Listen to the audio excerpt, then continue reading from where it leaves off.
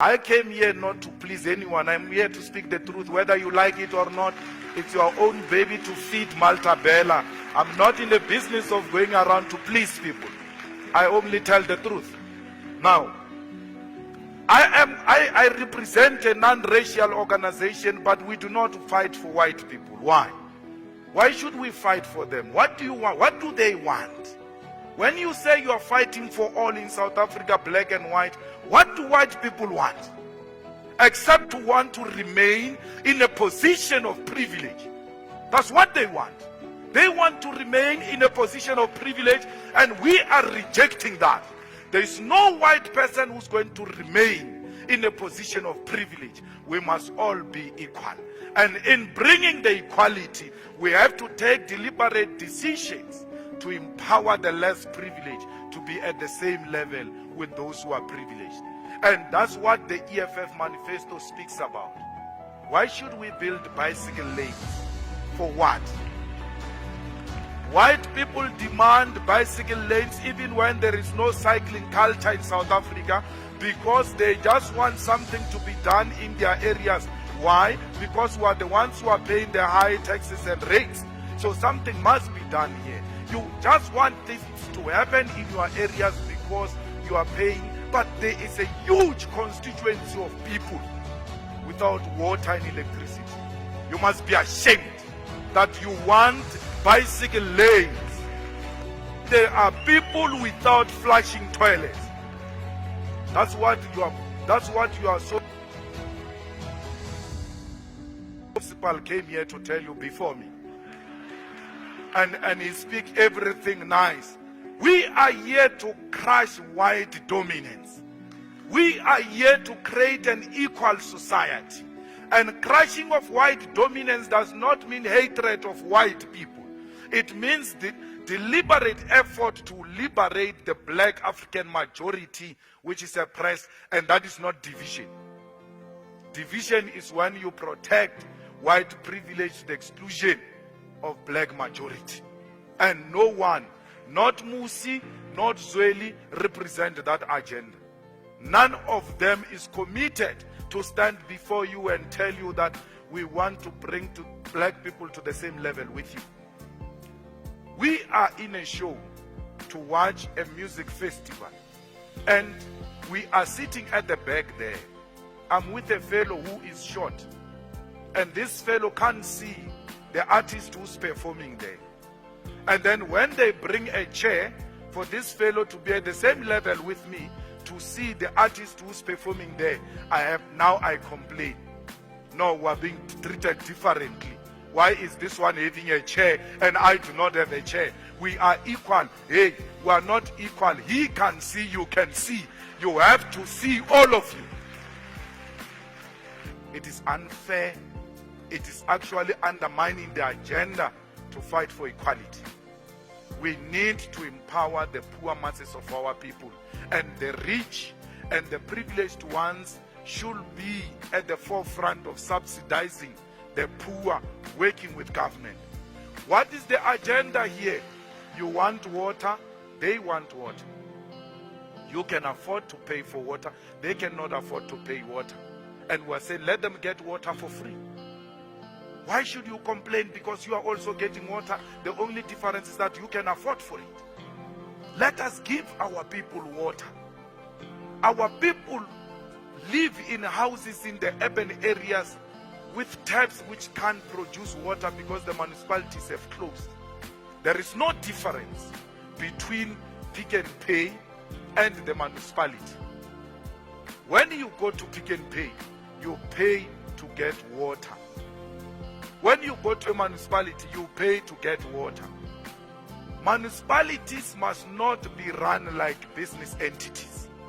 They must know their first mandate is to deliver services to our people. They must not think their first mandate is to collect money from the people. Give the people water and make those who can afford to pay, pay. And then create methods to raise money. Politicians must start thinking and stop sitting on their brains. How do we generate money without exploiting the poor? How do we create money? We need to have municipalities which are engaged in creativity so that they raise money to subsidize the poor. The poor are actually more poorer today. Why do we have a situation where people don't have flushing toilets? These houses that Julius is talking about, they've given people RDP houses. After 1994, you give people RDP houses without a flushing toilet. And then you want to say you are bringing dignity of people back without a flushing toilet. There's no dignity without a flushing toilet. You can't claim to have dignity without a flushing toilet. There is no dignity which has been restored through giving people houses which are not in good condition first, but secondly, those houses do not have flushing toilets. If you go even in the most rural areas, you find a farm. In that farm, there is a farmhouse of a white man. That white man is not helping himself in a pit toilet. He's got a flushing toilet. Next to that farm, there is a village. That village, the whole village, they use pit toilets. Why is the ANC not going into the white man's farm to see how the white man is flushing? And take the same method of the white man and give to black communities next to that farm. I'm just saying, because they are lazy thinkers. Maybe if they go to a white man's farm, they will see it practically and start doing it. They can't think of how do we give our people flushing toilets. I had a farm myself which was taken away from me by the ANC and given to a white man again. Now, next to that farm, there was a village without flushing toilets, but that farm had a flushing toilet. There was electricity. That's the most painful thing. Electricity in all these farms. And as you follow the poles which are providing electricity in the white farms, they pass the village without electricity. Where is the explanation for that? You give the farmers electricity, you don't give our people electricity. Yet the poles are passing there. And I support this thing of illegal connection of electricity, because those people are actually demonstrating to government practically that you are fools. This thing is doable. We've just done it ourselves. We've just done it ourselves. So that thing exposes the government of the ANC that it is not true, that it is practically impossible to deliver electricity to us. We are doing it. And therefore government must feel ashamed and move in to give our people safe electricity after being exposed by our people. They come here and talk about the land. And they ask Musi, what is your land policy? He waffles here and you clap hands for him, because he has not said anything on land. He says, I support land restitution and redistribution. But the moderators don't ask him a simple question. Since you support land restitution and redistribution, who have you given land in Western Cape? Who? Who have you given land? Helen Zille. Who have you given land? Musi. Where we govern, you even change accent. We govern. When? Where have you given people land? There is no democracy without land. At the core of our struggle, what started the ANC was as a result of land dispossession.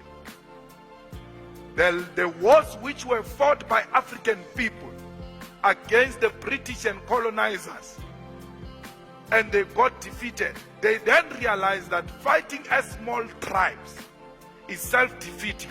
We need to come together so that we fight for our land. So the starting of liberation struggle in South Africa was not necessarily about the issue of who becomes a president.